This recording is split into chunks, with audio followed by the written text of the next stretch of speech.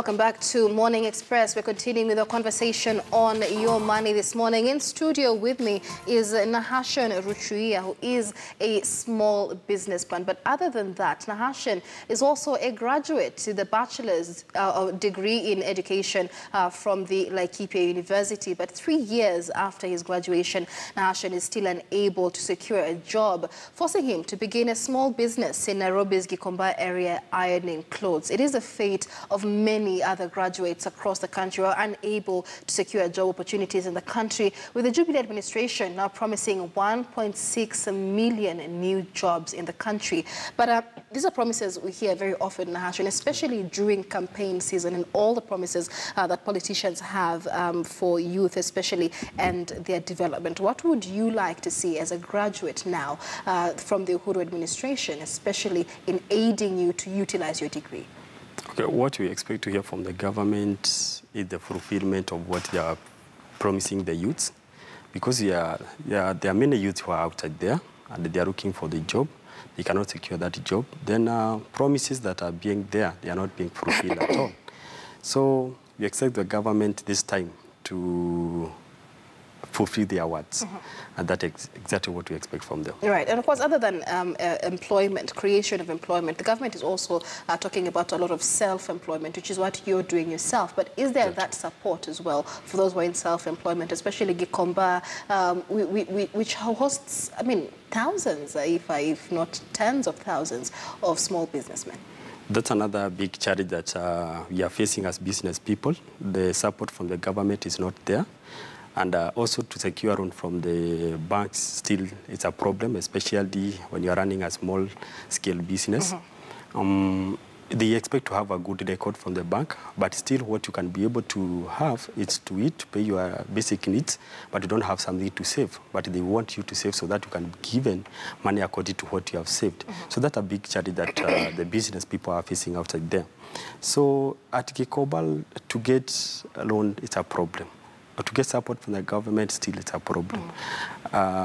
You need to cater for all things that you are using from your pocket, especially when you are buying those equipment to use for ironing and the stand.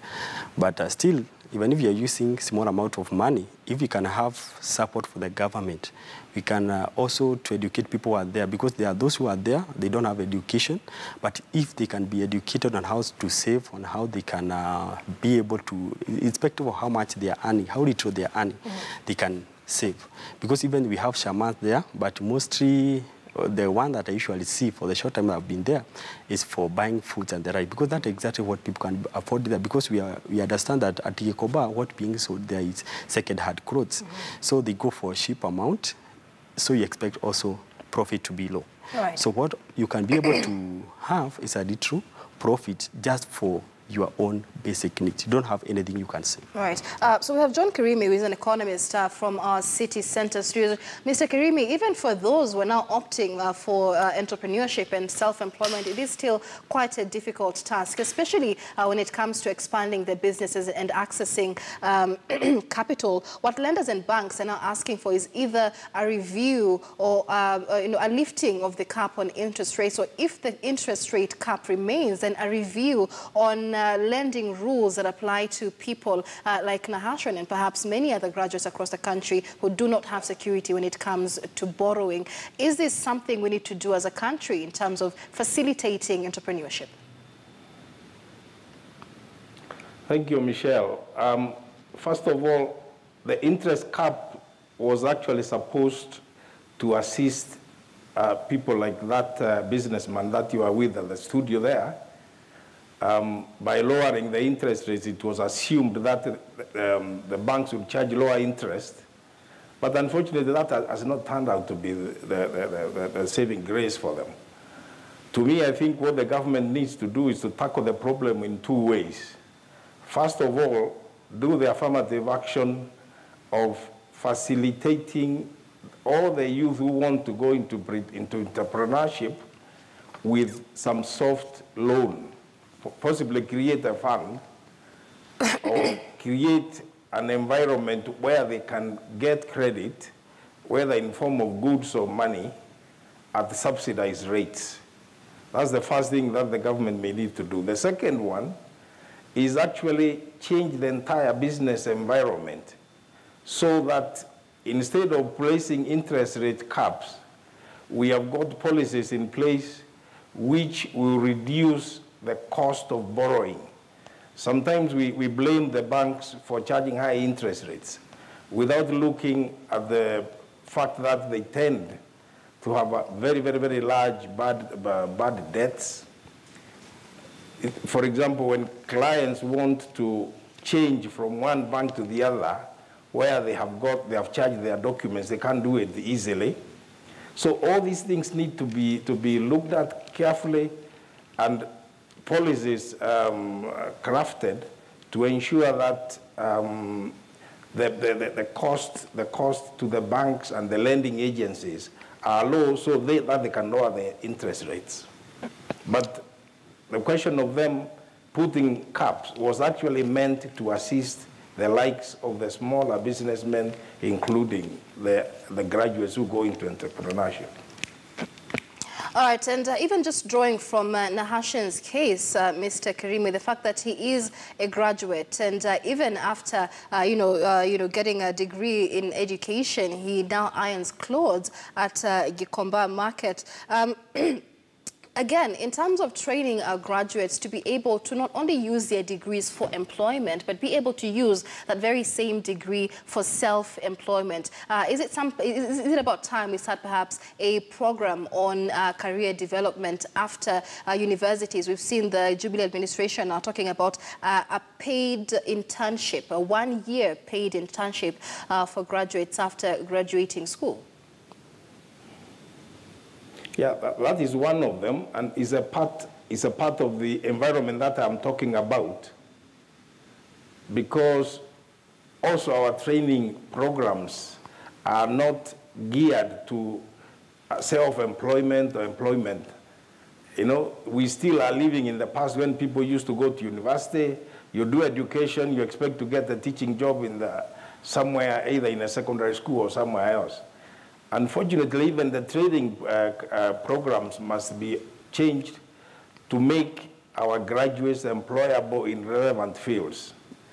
Internship is fine, but also you need, when you go for that internship, to be doing an internship in a relevant area.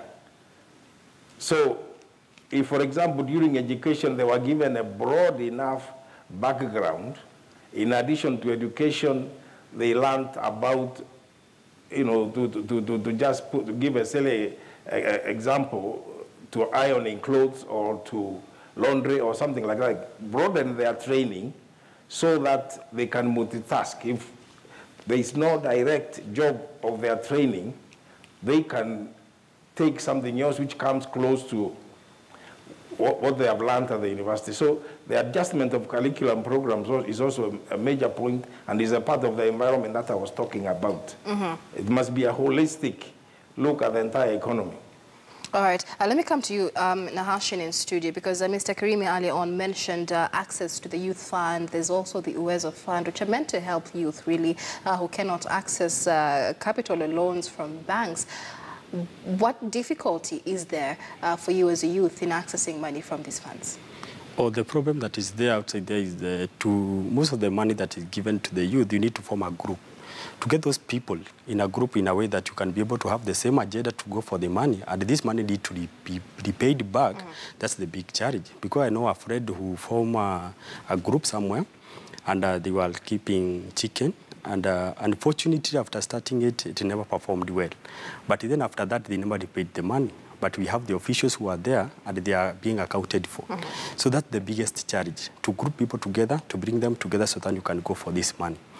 Money is there, we don't disagree. But how well the government is ensuring that this money is getting to the youth, irrespective of how or what they are doing, they need to come to the crowd.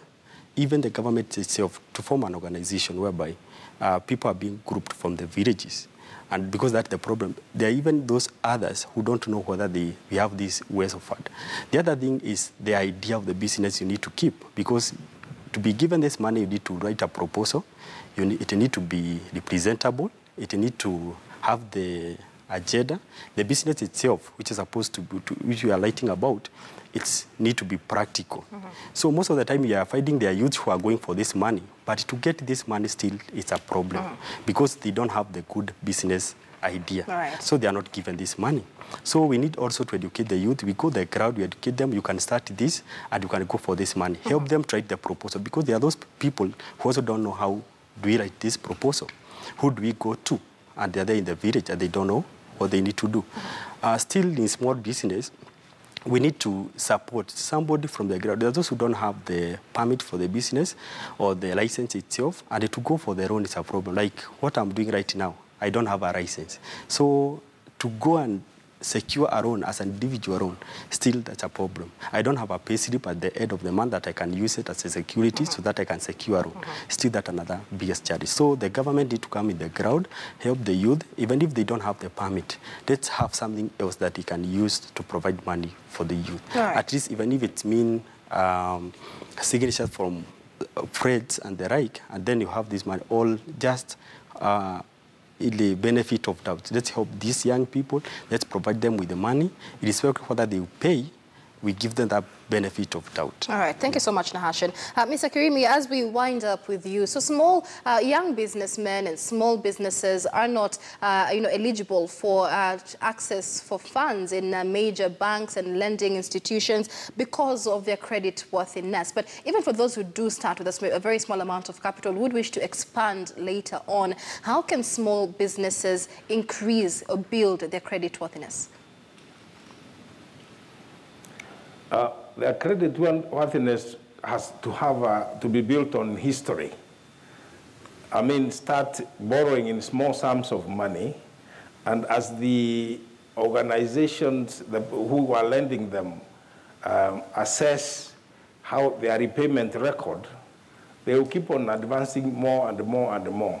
But as I've said in the past, I think our environment, our business environment here, has not been adjusted to take account of the young, like Nahashan, because you'll find that the banks will generally insist on things like land, they will insist on assets as security for any loans they make.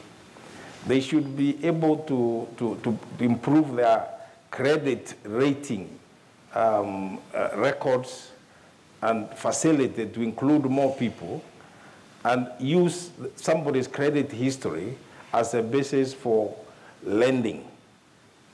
And as I said a bit earlier, because these things cannot be done overnight, perhaps the government should come in with some form of an affirmative action of providing funds somewhere else, quite separate from the mainstream banking institutions, and get those organizations to actually lend the money to the young graduates, follow up with them as they go through their business spaces so that they guide them and make sure that those businesses of theirs grow.